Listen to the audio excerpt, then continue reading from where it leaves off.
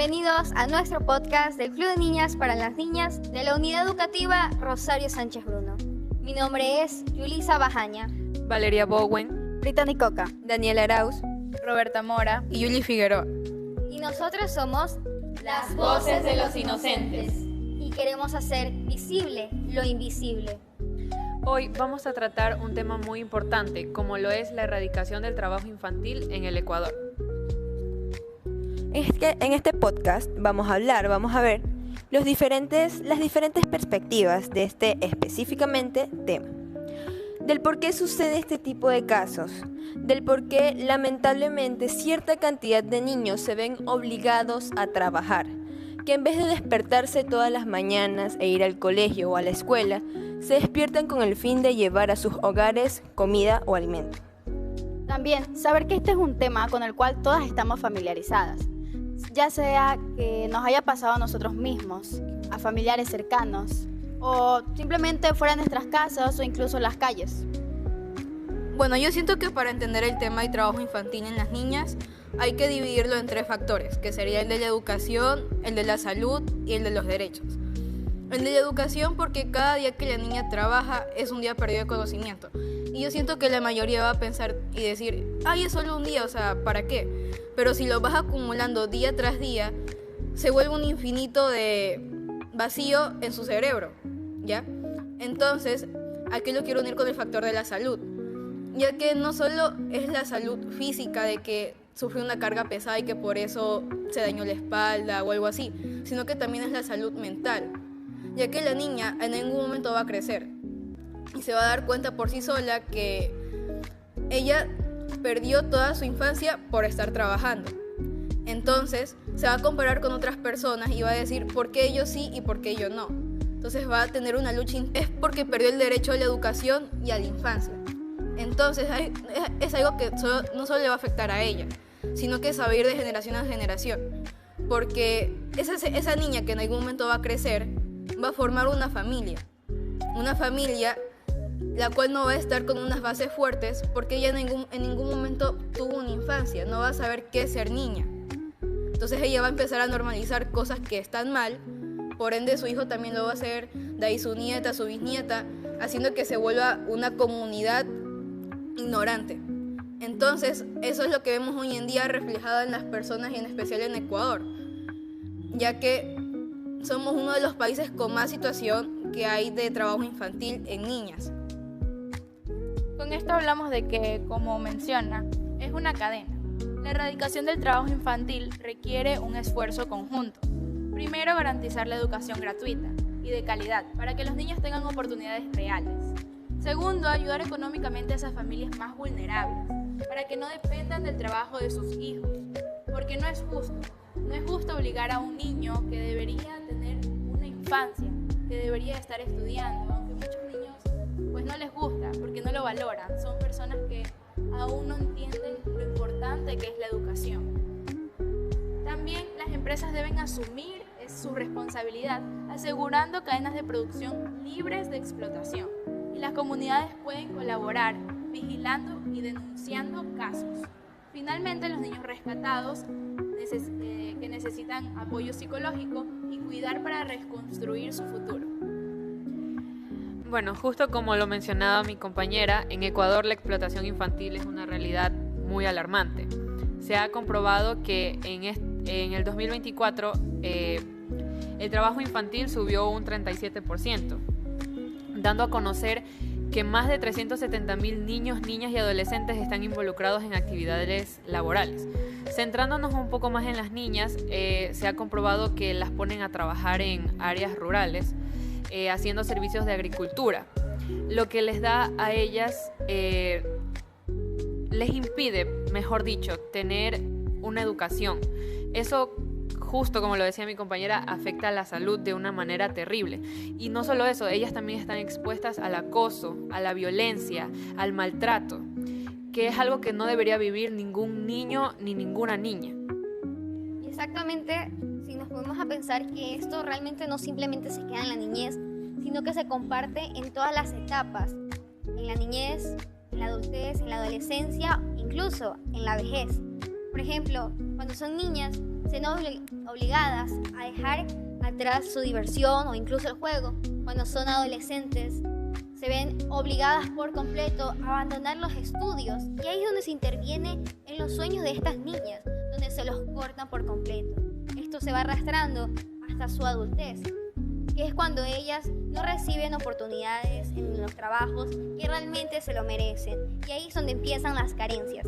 E incluso esto se ve reflejado y completamente traducido en la vejez, que es cuando no hay esa seguridad económica y es donde se acumulan estas distintas enfermedades.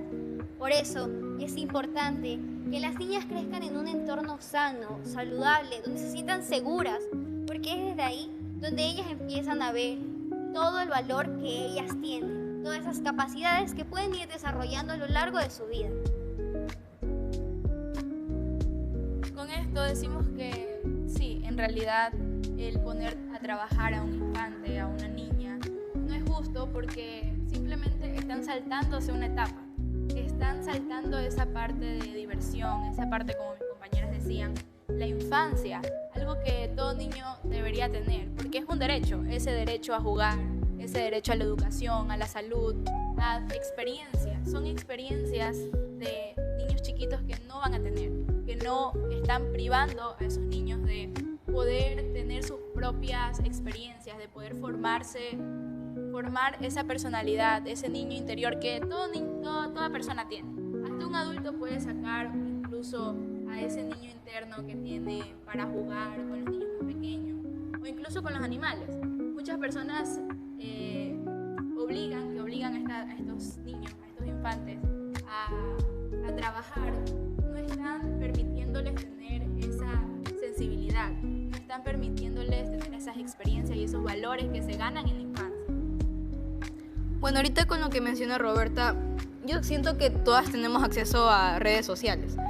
Entonces, esto me hizo acordar de un trend que hoy en día está activo, en especial en TikTok, que se llama Ojitos Mentirosos.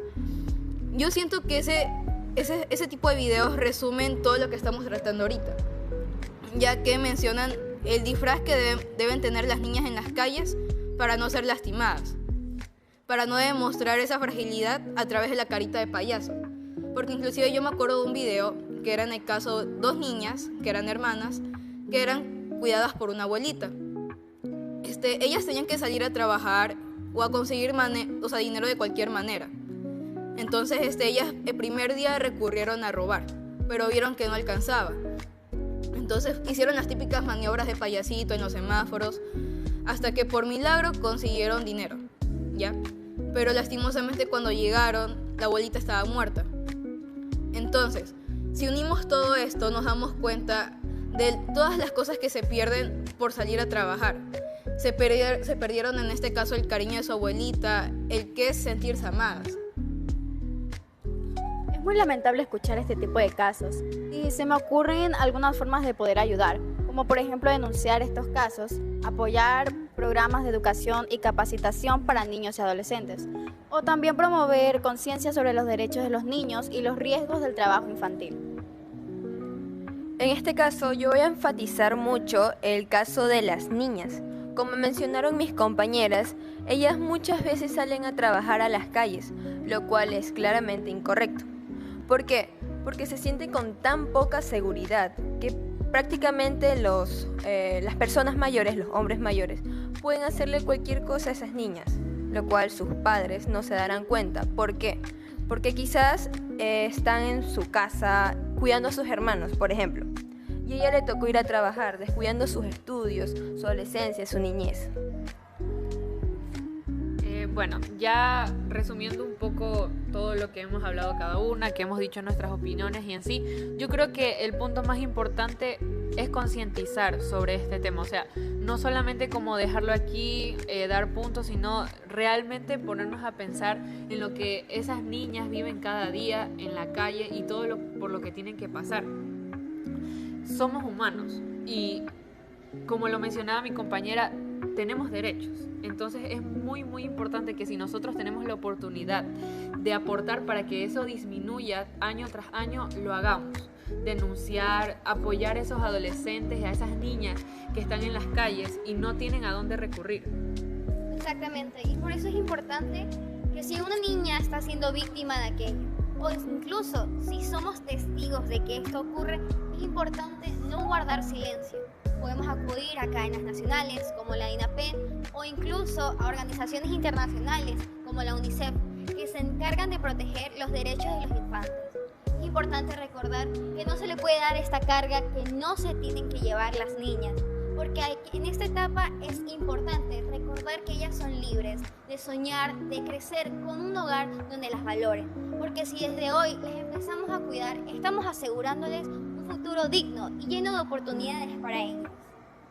Bueno, antes de finalizar, quiero recalcar que nuestro podcast es un espacio seguro que busca proteger lo más valioso, que viene a ser nuestra infancia.